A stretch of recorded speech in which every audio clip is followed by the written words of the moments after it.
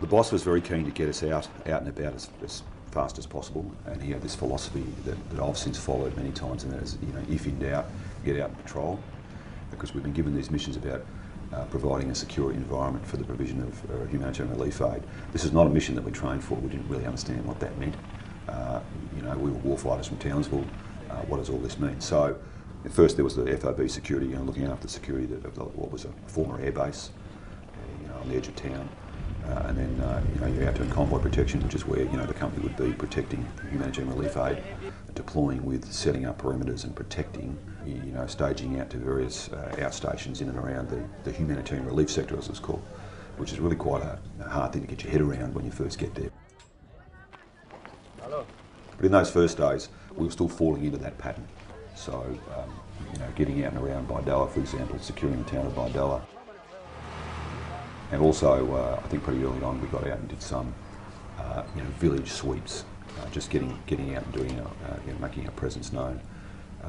Sweeping through villages, looking for bandits, looking for weapons, just cordon searching buildings, intelligence-led for the most part, while we sort of, put our stamp on the area. Local. And I guess that's the first thing I'd say about peace operations. What was peaceful about that? Well, it was a peace enforcement mission. So, we were the only authority in town, if I can use that phrase. And so, we needed to get out there and establish our presence early. And the way we did that was through traditional, conventional military operations. So, fascinating operation from that, because we literally had to make it up as we went along, because it wasn't something that we were trained for. 7, 8, 9, 10. Good, one knocks on. But I think that's also, from what I've seen now looking back, a pretty standard aspect of peace operations. They're all different.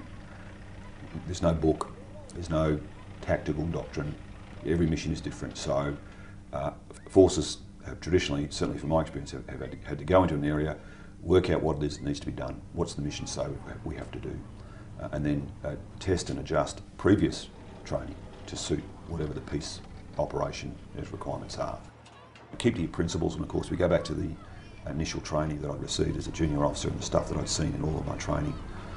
That's what I had to rely on. It worked, and that's how we keep ourselves out of trouble.